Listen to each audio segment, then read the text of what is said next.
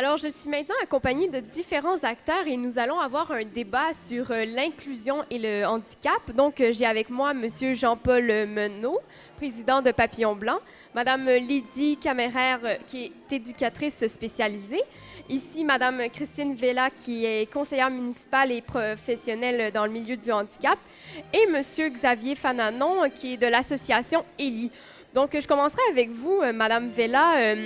Vous dites que vous avez voulu instiguer ce forum pour qu'on puisse poser un regard différent sur le handicap. Comment ça se tourne avec le fait d'inclure mieux dans la société les personnes handicapées?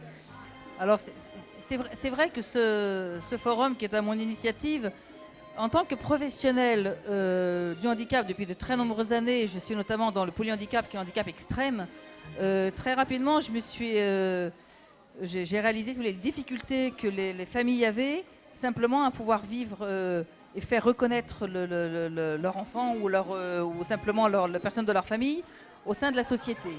Et ça m'a beaucoup interpellée en me disant l'inclusion de la personne en situation de handicap n'est pas forcément un problème matériel, c'est aussi un problème de regard de société et de regard des mentalités. Et j'ai souhaité à travers ce forum que j'ai choisi donc dans le titre Forum citoyen, parce que justement avec les intervenants qu'il y a, avec le professeur Mercier, le professeur Lecoz et monsieur Bechler, c'était un philosophe, un psychologue et un sociologue. Et je me suis dit, il y a un message à faire passer au sein de ce forum, il faut qu'il soit festif pour arrêter le côté handicap tabou et handicap triste. Et certes, il y a des difficultés, il y a des graves difficultés pour les personnes et les familles, mais dans le message aussi, à travers ces conférenciers qui sont là depuis hier, c'était essayer de faire évoluer les mentalités, notamment en France, où je trouve qu'on est un peu en retard sur le regard porté sur les personnes handicapées par rapport à des pays du Nord où ils sont quand même plus en avance que nous. Et il fallait que les représentations sociales du handicap changent et ne deviennent pas un surhandicap pour les personnes handicapées. Et vous, M. Fananon, étant donné que vous travaillez une association qui aide les handicapés, c'est un peu au côté psychologique et intégration sociale. Qu'est-ce que vous en pensez? Tout à fait. Bah, écoutez, pour être moi-même handicapé, donc je sais, je reconnais, c'est quelque chose qui m'est apparu très rapidement, le besoin, la nécessité pour continuer à avoir une vie la plus, je dirais, normale possible, d'avoir une vie sociale, une vie sportive, une vie humaine et globale. Donc il apparaît des besoins, il apparaît nécessaire d'avoir un moral très important pour pouvoir passer toutes les difficultés que l'on va rencontrer dans chacun des domaines justement. Et donc c'est ce qui a été pour moi je veux dire l'objet de la création d'ELI, hein, un moral et une force et une envie de vivre tout simplement. Alors dans la vie, enfin toute difficulté sociale, dans les difficultés sociales, des difficultés professionnelles, personnelles, bon mais il y a des solutions à tout ça. C'est long, c'est très difficile, mais il ne faut pas baisser les bras. Même s'ils sont handicapés, c'est pas grave. Voilà, il faut trouver une force, il faut trouver une énergie et un accompagnement. Et à travers donc un forum comme celui-ci, moi je suis très heureux aujourd'hui de voir beaucoup de monde, d'associations ou d'autres organismes et même, j'allais dire, des élus qui aident, qui ont compris cette difficulté, ce message, cette importance en tout cas, et qui nous donnent des moyens, en tout cas qui nous aident pour pouvoir mener à bien tous nos besoins, toutes nos difficultés. Oui, les actions. Et voilà, et on arrive à surmonter tout ça. Voilà. On va se tourner de votre côté. Vous, Madame Caméraire, excusez-moi, qu'est-ce que vous avez constaté sur le terrain? Est-ce qu'il y a une meilleure inclusion des personnes handicapées?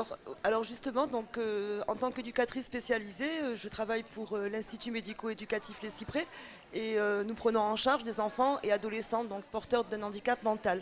Et depuis 2 ans, j'ai été chargée de mettre en place des partenariats avec les structures de la ville, les structures extérieures, afin justement de permettre aux enfants et adolescents que nous accueillons de pouvoir accéder à ces structures dans divers domaines, que ce soit dans le domaine de l'animation, le domaine du sport ou de la culture. Alors concrètement, cela a permis aux enfants, par exemple chez les plus jeunes, de fréquenter le centre aéré de la municipalité, au même titre que les autres enfants, avec un accompagnement bien sûr, Mais au moins, on les a inclus dans ce dispositif. Et ce qui permet donc aux enfants du milieu ordinaire de changer le regard sur l'enfant qui est porteur d'un handicap. Ce qui est très important. Et je pense que, comme le disait Madame Vella, on parle d'accessibilité des structures. Ce n'est pas que l'accessibilité architecturale, mais c'est aussi l'accessibilité acceptée que des enfants ou adolescents porteurs de handicap puissent fréquenter ces structures et y trouver un lieu d'expression au même titre que les autres enfants. Et ils vont y développer des compétences, mettre en avant leurs compétences, parce qu'au-delà du handicap, les enfants ont des compétences. Et donc c'est le cas aussi pour des adolescents qui peuvent donc accéder à des activités sportives en étant inclus avec des adolescents du milieu ordinaire, et là encore mettre en avant leurs compétences. Et donc le regard va forcément changer et une reconnaissance va être obtenue de manière gratifiante. Voilà. Et vous, Monsieur Menot, est-ce que vous croyez qu'il y a eu un changement des mentalités au niveau de l'inclusion? Alors effectivement, moi d'abord je voudrais disons préciser que je suis parent d'un enfant handicapé qui a maintenant 34 ans, donc qui est passé par toutes les phases de l'Institut médico-éducatif. Donc j'ai vécu en fait tout ce développement, disons, de cet enfant. Et actuellement, mais je vois, disons, que tout le travail que nous essayons de faire pour insérer ces personnes handicapées mentales dans le milieu ordinaire, eh bien, porte ses fruits. Et hier, nous avions un débat, effectivement, disons, sur l'enfance, mais également sur le travail. Et je pense que le pôle, disons, éducation, le pôle ensuite, le champ du travail et le pôle, disons, hébergement, avec bien sûr l'inclusion dans le milieu ordinaire par la culture, par le sport, lorsque c'est possible, eh bien, nous permet effectivement, disons, de changer le regard des autres par rapport aux personnes handicapées. Alors je pense que c'est relativement important. Je vais vous parler du travail. Tous ne peuvent pas travailler, mais je pense que les personnes handicapées que nous recevons dans les établissements et services d'aide par le travail disposent de compétences. Hier, on parlait de micro-compétences qu'il faut valoriser de façon à ce qu'elles puissent réussir. Et cette réussite, disons, leur permet, disons, d'être à l'aise, d'être bien dans le milieu ordinaire et de changer également, disons, le regard que portent les autres sur leur capacité, sur leur être. Voilà ce que j'ai à dire. Alors rapidement, tout le monde, pour conclure, que diriez-vous des améliorations à apporter? Oh là, ça c'est... Il y a encore beaucoup.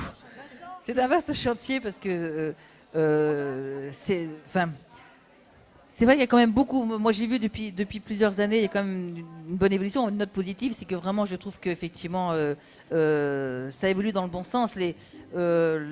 Les politiques, il y a les lois qui sont sorties, d'abord les lois de 2002, les lois de 2005. Alors c'est vrai que c'est un peu, on pourrait, enfin c'est peut-être pas le lieu du débat parce qu'il pourrait y avoir un grand débat sur ces lois de 2005 notamment, qui sont, il y a aussi le revers de la médaille de ces lois. Hein. Mais bon, je crois que c'est un autre sujet. Ce qui me paraît positif actuellement, et du moins en tout cas sur la ville de Salon de Provence, c'est qu'effectivement il y a eu un gros travail de fait sur la prise de conscience, je pense, de la municipalité. Au niveau de la nécessité de rendre accessible, mais je le dis bien d'un point de vue perception, d'un point de vue au-delà de l'architectural. Et dans les mentalités. Et dans les mentalités, justement. Et je crois que là les centres aérés se sont ouverts. Il y a eu un travail de fait avec les... on avait un gros problème sur la ville, c'est la fermeture de l'IME pendant les vacances d'été. Et je me disais, c'est pas possible que ces enfants rentrent chez eux pendant 5 semaines sans qu'on leur offre rien sur la ville. Et donc un partenariat a pu être fait, etc. Beaucoup de choses se sont mises en place. Et là, je suis très très contente. Et il y a un grand travail qui s'est fait en partenariat des Papillons Blancs avec la ville de Salon de Provence pour ça. Voilà. Parfait. Donc ça, c'est bien. Bien, rapidement, parce que le temps passe, une dernière amélioration peut-être qu'il y aurait à apporter ici à Salon ou en général dans la société française.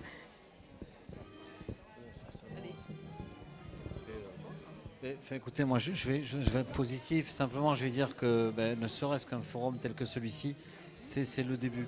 C'est le début du début. Je crois que ça permet de mettre peut-être en évidence effectivement un certain nombre de points à améliorer.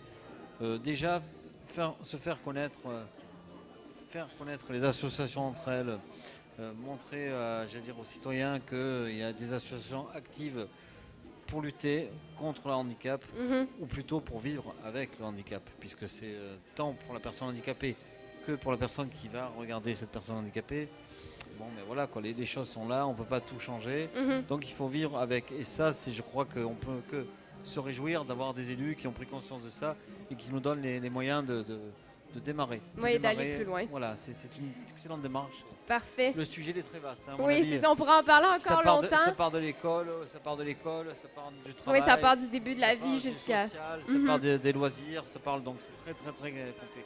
Merci à tous, c'était bien intéressant et bonne suite de forum.